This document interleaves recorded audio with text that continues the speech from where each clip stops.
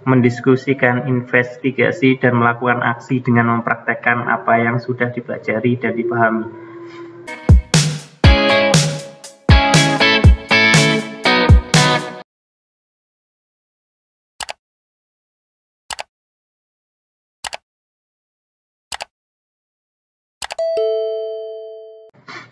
Assalamualaikum warahmatullahi wabarakatuh, teman-teman semua.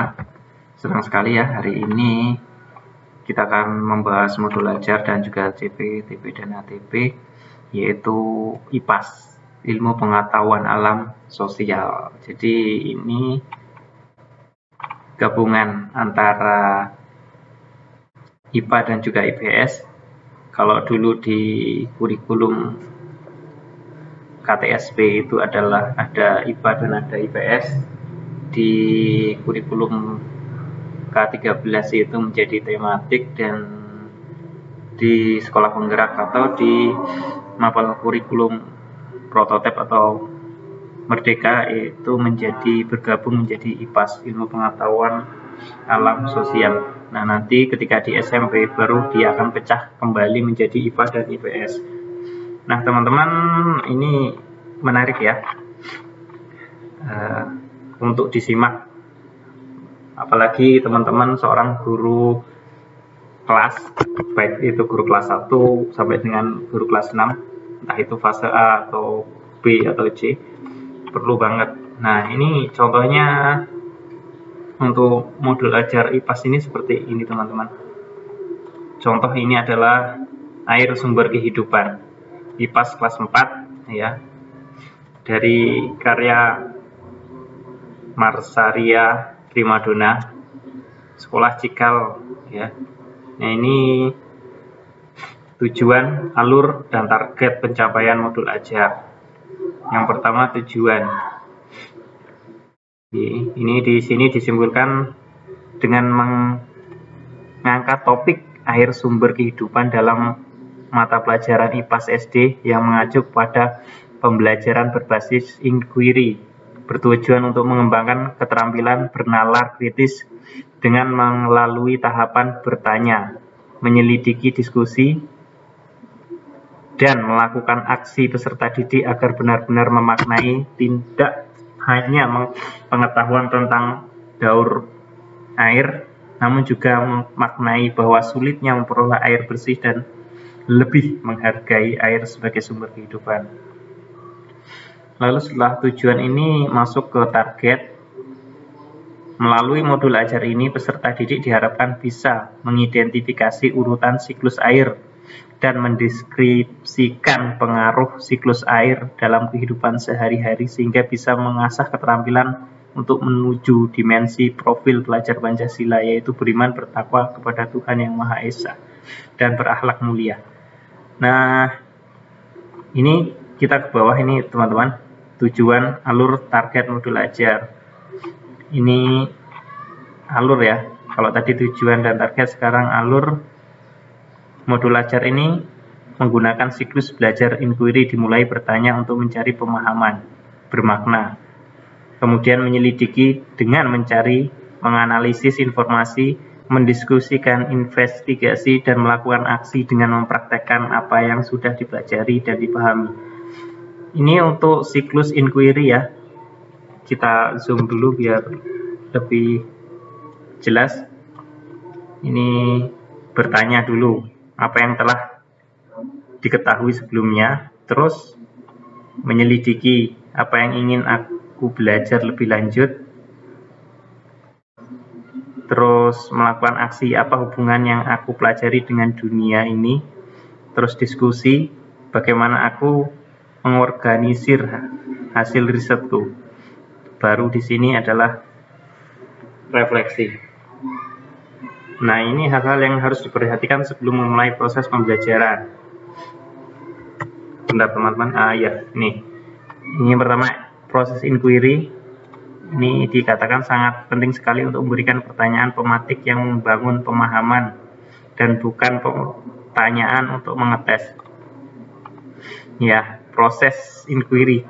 Jadi pertanyaan bukan untuk mengetes apakah anak itu pintar atau tidak.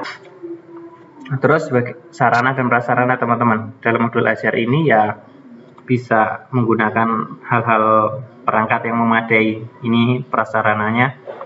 Terus kalau selanjutnya ini peran guru. Peran guru itu bisa jadi dia fasilitator, bisa jadi dia moderator, bisa jadi dia mentor.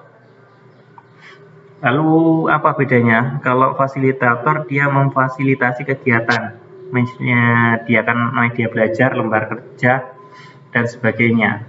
Lalu untuk keaktifan itu di anak peserta didik. Terus moderator, ya ini memoderasi diskusi, memberikan pertanyaan pematik, gitu, memancing, terus memberikan stimulus agar anak-anak bergerak. Terus ini mentor, mentor itu sebagai membimbing gurunya, peserta didik dalam pengembangan proyek, memberikan motivasi gitu, mentor.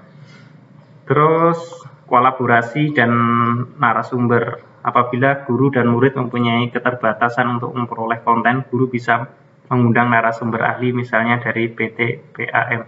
Nah, kalau seandainya ada beberapa yang sulit untuk diungkapkan, teman-teman bisa mencari narasumber untuk ikut bagian dalam pembelajaran ini.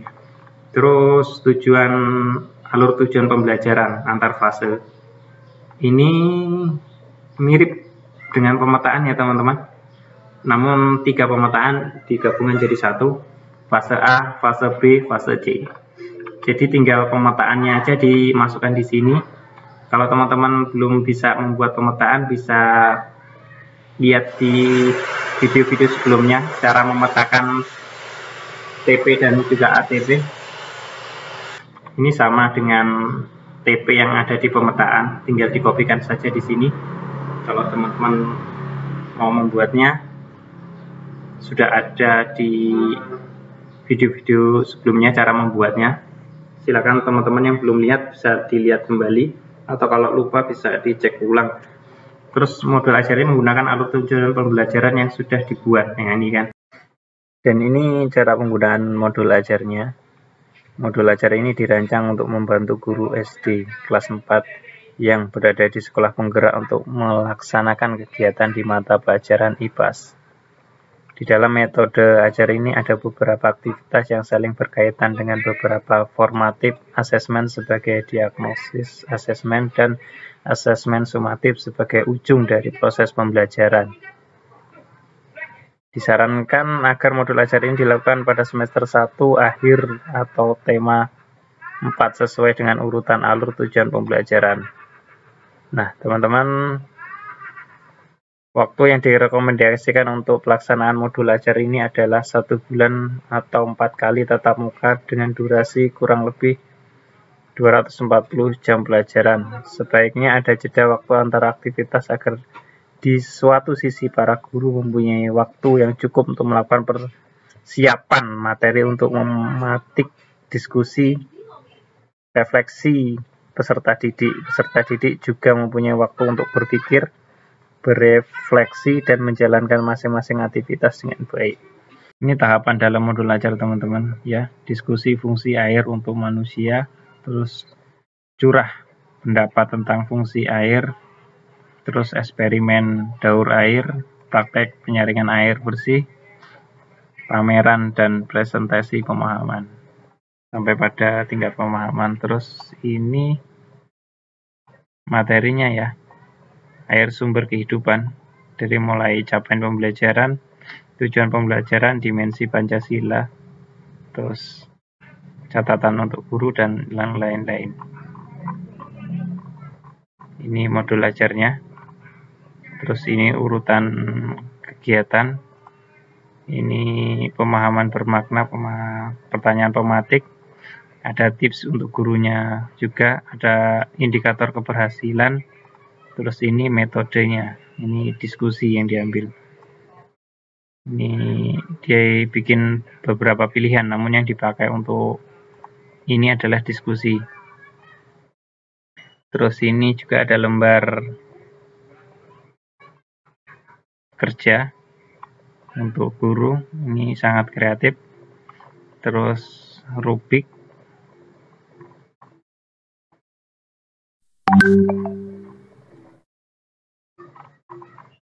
ini kegiatan kedua, ini kegiatan selanjutnya, terus contoh infografis, terus Rubik infografis, ini kegiatan selanjutnya juga, pertemuan selanjutnya. Nah, ini lembar kerjanya, ini model tempel salinan, terus Rubik observasinya juga, dan ini pertemuan selanjutnya, dan lampiran simulasi pembelajaran asesmen contoh IPAS kelas 4, capaian pembelajaran yang sudah diurutkan menjadi alur tujuan pembelajaran per fase. Ini yang tadi di atas tadi, yaitu pemetaannya. Terus ini melalui ngujur ajar, peserta didik menunjukkan pemahaman pada asesmen yang sudah dirancang. Ini sangat lengkap teman-teman, sangat bagus, sesuai sesuai kegiatan itu selalu ada modulnya, kegiatan dari 1, 2, dan 3, dan 4. Terus lanjut lagi, di sini juga punya contoh CPTP dan ATP. Namun ini berbeda, ini dari karya Darwati Sobat Guru. Terus mungkin teman-teman jika ada perbedaan sedikit atau beberapa ya tinggal disesuaikan supaya klop, atau teman-teman bikin sendiri. Dan ini dijadikan sebuah contoh gambaran untuk teman-teman berkreasi. Terus silakan teman-teman download ya di link deskripsi.